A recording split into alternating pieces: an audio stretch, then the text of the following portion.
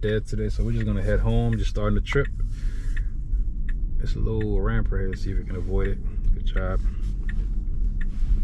Yep, we're just gonna head home, see how it gets us home from here. Wait, there's a car coming. What are you doing, bro? It was, I don't know if it was gonna go or not, but a car just went right past us, so I just had to step on the brakes there. Let's engage again. It's been doing that a couple times now, where it creeps forward, and because you don't know what the car is thinking, you can see the blue line, what its intentions are, but I'm not sure if it's going to go or not. It seems like it's going to go. So typically, even around roundabouts, I just step on the brakes or disengage. Yeah, I just step on the brakes to disengage. Yeah, I don't know.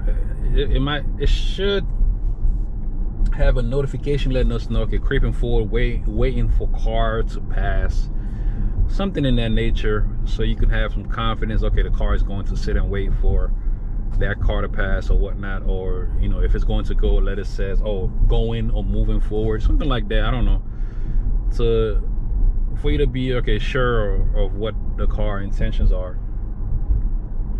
But yeah, we're just gonna, it's about a 30-minute ride, 22 miles.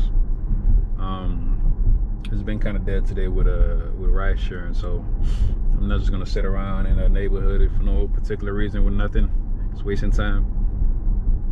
Drive here, boost up the speed a little bit. We're going 32 and a 30 right now, so we're gonna come here and make this right. Okay, signal ahead of time, perfect, love that. And it cancels signaling. Why does it do that? It should just hold the signal. It stops signaling again, and they turn it on back on. So we can go. As a human, I know I should go, because these cars are making a left turn, right? So we can go. I don't know why we're just sitting here. I want to see what the car would do, but it's not going to go. It's still sitting here, and it's a right turn on red. So I'm just gonna give it some gas, because there's a car behind us, right? It should have just went right there. I don't know why it stopped. Just sat there and waited. And we have a roundabout coming. Okay guys, this is these roundabouts are nerve-wracking, man.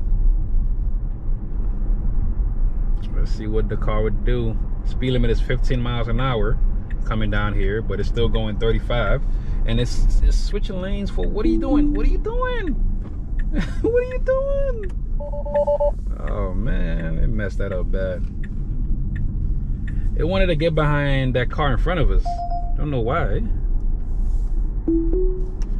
Let's go back off. All right, so we're gonna make a left at this light, and it got in the right lane. Beautiful, or the correct lane.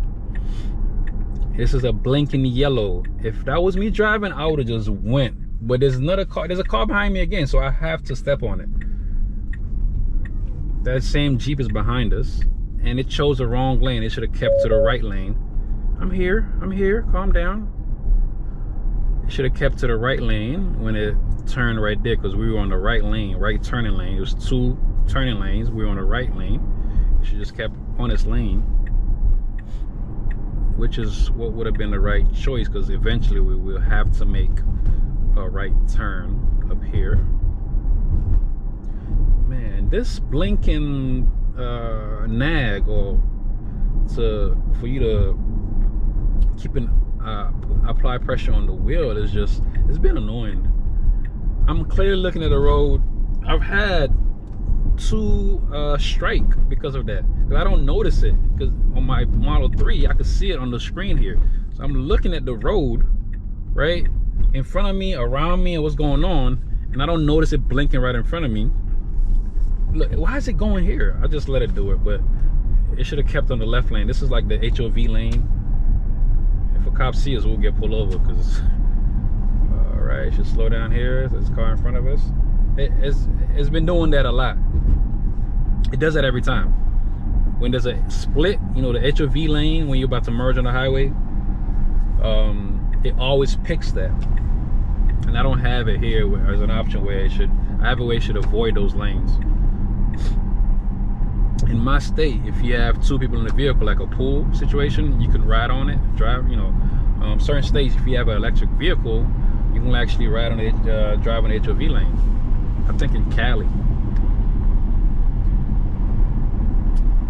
But we're here on the highway. The car does a decent job on the highway. It's about, we'll be on the highway for a while, so I might have to cut here, and then when we get back in the neighborhoods and in the city streets, come back on, because you guys typically know how it drives in this situation. It's pretty good.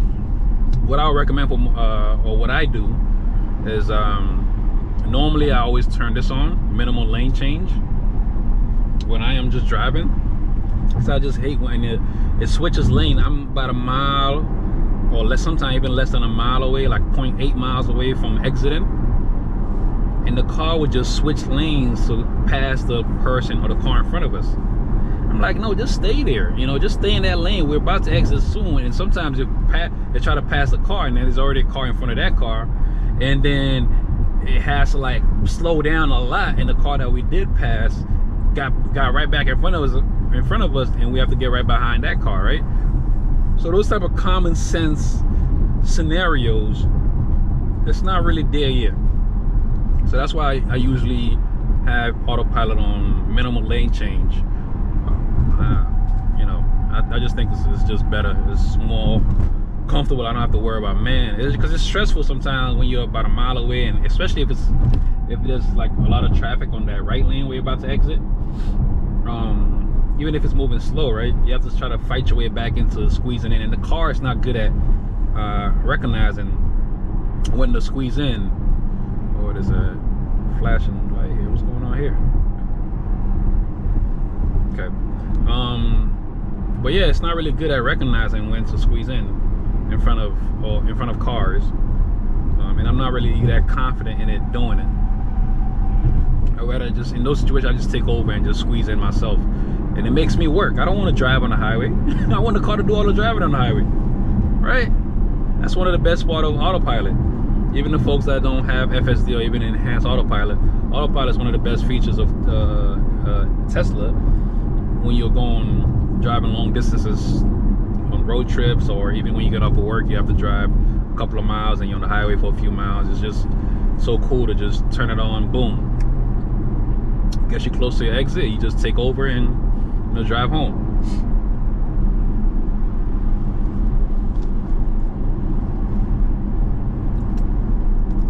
My experience so far has been kind of like, you know, ups and downs. So it does a lot of things really good, and certain things I'm like, what are you doing? What are you doing?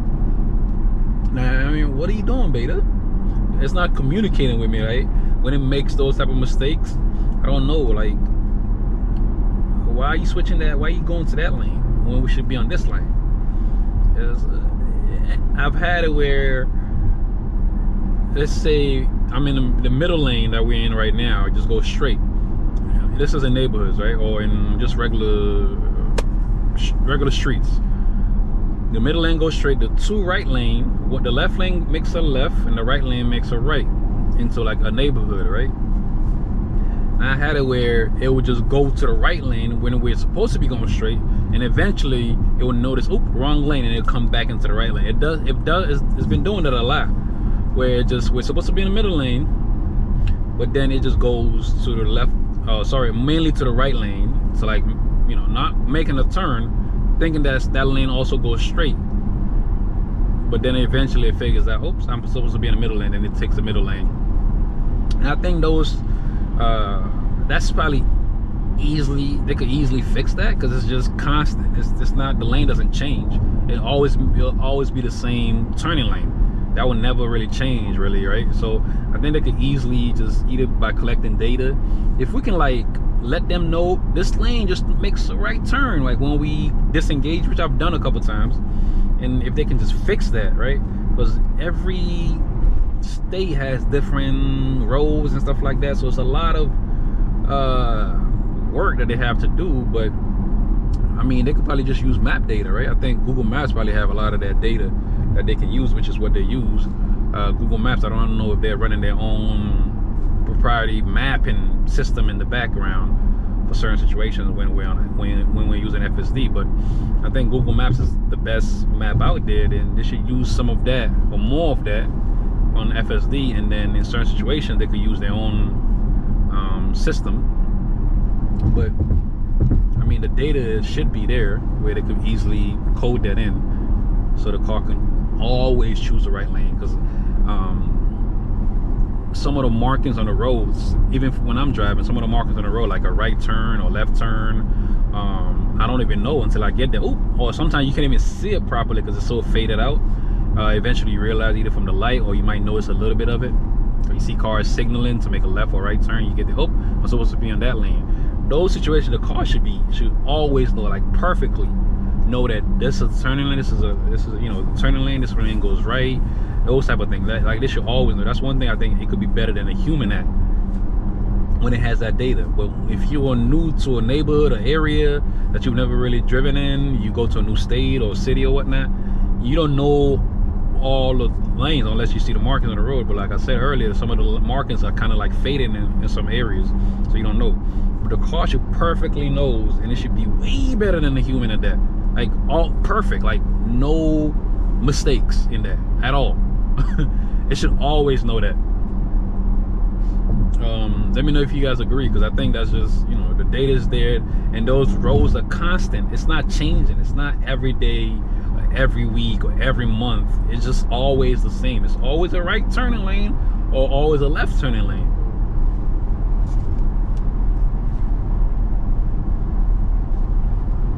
But I do know in certain, like on bridges where they have those, I don't know the word for it, but those lights that changes, like you can't, like there's an X or an arrow for you to go. Like sometimes they change those during certain times of the day to help with flow of traffic. They might block off certain lanes. I know when I used to live in the East Coast, we had a lot of that, where you can't really go in this lane at a certain time, and cars that are coming eastbound or westbound can take this lane. And we had that over there. Where I live here, we don't really have that here. So that might be another complex problem that they have to solve. It seems simple as a human when we're doing it, or when we're driving, because we can just easily notice these things. But when you start driving these cars, or letting the car drive you, you realize how much you start thinking, man, how that might be a kind of all those little nuances that you think, oh man, you just know it inherently when you're driving, and you don't even think about it. But when you let the car do the driving, you start thinking up for the car, what the car will do or what you would do in that situation, right? Then you realize, oh, I just, you know, unconsciously or subconsciously just drove or did this properly without even putting any thought into it. It just become normal to you, right? But here we're coming up to the car always make mistakes here. So this car is slowing down. So let's speed up, because they got in front of us, that car to our right. So I had to step on the gas there. I don't know what the car would have done. That lane ended, and they got in front of us a little bit, and they just started slowing down. So I noticed that's the one thing as well, right? I noticed their tail light, the tail light, right? When someone step on their brakes, you see the tail light lit up, lights up. Here, okay, come in here. It always make a mistake here. Let's see. It will never exit. Let's see if we'll exit. I'm seeing the blue line. Look at the blue line going all over the place. It's not going to exit. It's not going to exit. You guys see that? So I have to take over here. It always make, I don't know why it does that. It always messes up here. Every time. Okay. I guess let me do the driving here. All right, there we go. But yeah, it always messes up there every time. And that's not just in a couple of locations, in similar routes like that, when the lane kind of like turn into that. Okay, this is kind of weird as well. All right, because these lanes get kind of wide, and the car was going to, it seemed like it was going to exit, get back on the exit ramp, which is not supposed to be doing. So you guys notice some of those mistakes it makes on the highway, right? It's not perfect. It's still a lot of work left to be done. A lot of work. Those things as a human seem so simple. Like it's like it's common sense to you. Like it feels, I'm like, bro, I could easily do that. but the car is just and today is Saturday, so it's no traffic on the road. You would think that the car would be a little bit more confident when there's less cars around it, but it makes that same mistake every time, and it will keep making that mistake until I don't know what they have to do on their end, what kind of code or whatever vision system they have to add. Well, yeah, they still have a lot of work to be done. I'm proud of the team though. You know, they're doing great work. They've I know a lot of older YouTubers, the OGs that used to use the system back in the, you know, a year or over a year ago. They've said they've okay, like even here, like, what are you doing? Okay, ooh, felt slamming on the brakes. That's one thing too. Human drivers are so unpredictable. So unpredictable. I'm not picking up somebody for $4. Come on, Uber. 13-minute drive, $4. They're tripping. Well, yeah, human drivers are unpredictable, right? That car that was merging on the highway, when you merge, you have to like at least know what you're going to do before you even start moving. Like, think before you start moving or merging into the lane, right? And people don't even think properly. Like, that car caused the car in front of me to kind of speed up, right? And which caused the car that I was trying to merge slow down, right? So you should, like, because it looked like he was going to get in front of that car, but the guy that was trying to merge, or person that was trying to merge, was hesitating. So the car in front of us just went fast, and then we were following that car. And as soon as we got neck and neck with the car beside it that I was trying to merge, I felt it slowing down. So I had to, like, I didn't want to just slow down a lot, so I had to give it some acceleration right there. So this is just raw footage for you guys to let you know how the system works. There's still some work left to be done from the team. So right here, it doesn't do it right here as well. It has to go over twice. You have to switch lane twice, so it's not doing it. It's going fast. This car is beside us on the right here, and it has to get over. Get over. Get over. Get over. Hurry up. Okay, good. Okay, that was good. It slowed down. It didn't slow down hard at all. It was pretty good. That's pretty good. But what I would have done, I would have probably just gotten behind that white car. That's what I would have wanted Beta to do, right? If that was me driving, I would have done what it did do right here. But I was just not confident. I thought it would kind of like mess up a bit, but it did it perfect, just like how I would have done it. But sometimes it has a hard time trying to get over, because it has to get over twice to stay on this lane that we're on right now, to pretty much get right back on this on Highway 77.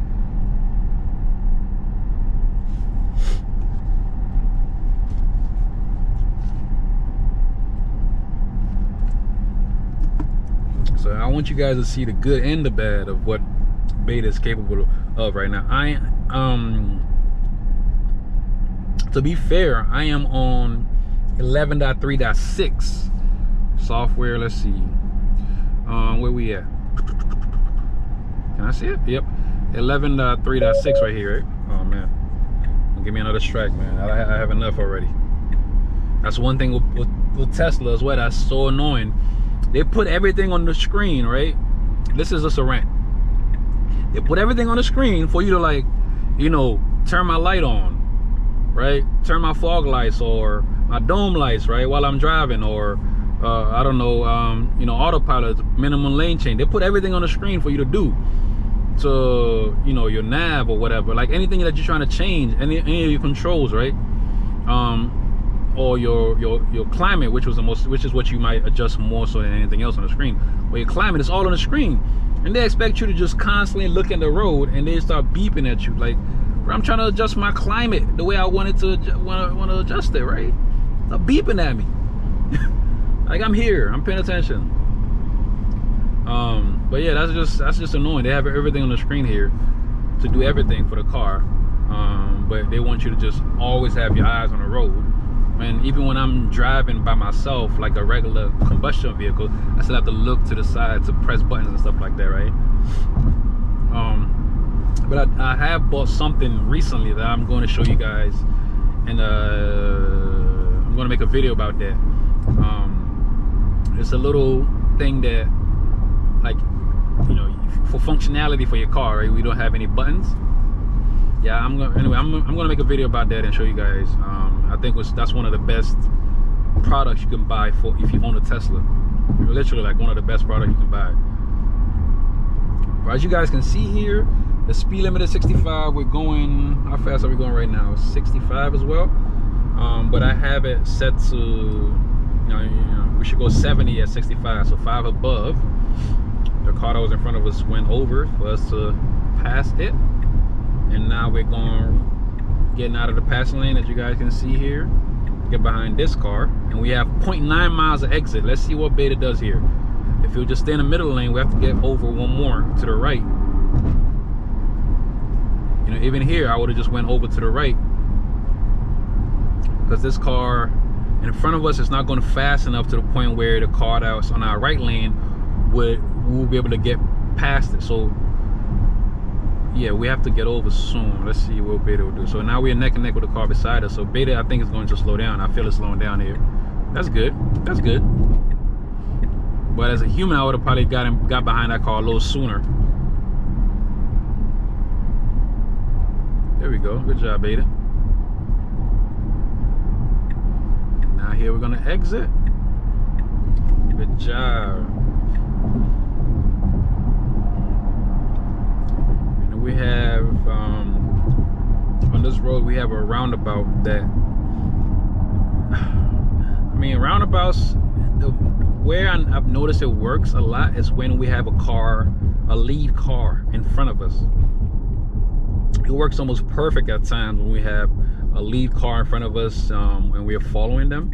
It stays on the right lane, you know, it stays on the correct lane, and it'll maneuver properly with the right speed and everything, and it feels normal. It feels just like when a person is doing it. And typically, when there's no lead car, it always, like 75% of the time, it messes up. You just try to switch lanes in the middle of the roundabout, or it look like the car is going to go, then it just slams on the brakes, right? Or it stops sometimes in the roundabout. It just stops. You know, if there are no cars around me, I just sit there and like just wait if it's going to keep moving, and it just stops, and you just feel it creeping forward a little bit. Sometimes it just stops and I just give it gas or acceleration when I know there are cars around me, cars are coming around the roundabout, or there's a car behind me or something like that. But yeah, this roundabout right up here that we're going to hit, the speed limit is weird, right? You guys gonna see. So it goes, right now it's 30, it says the speed limit is 35, right? But it's 40 here. And it goes right back up to 40. Like, and that lane, that light right there, it just goes back and forth from like 30 to 40. So all right, we're coming to a roundabout here. Oh man, I'm nervous for Beta, not for myself. I'm nervous for Beta. Let's see what has Beta grown up a bit. So we do have a lead car in front of us. All right, let's see. The car in front of us is slowing down, which is what I wish Beta would do a lot sooner. All right, so will it go? Okay, that's good. That was great. Look at that. That was amazing.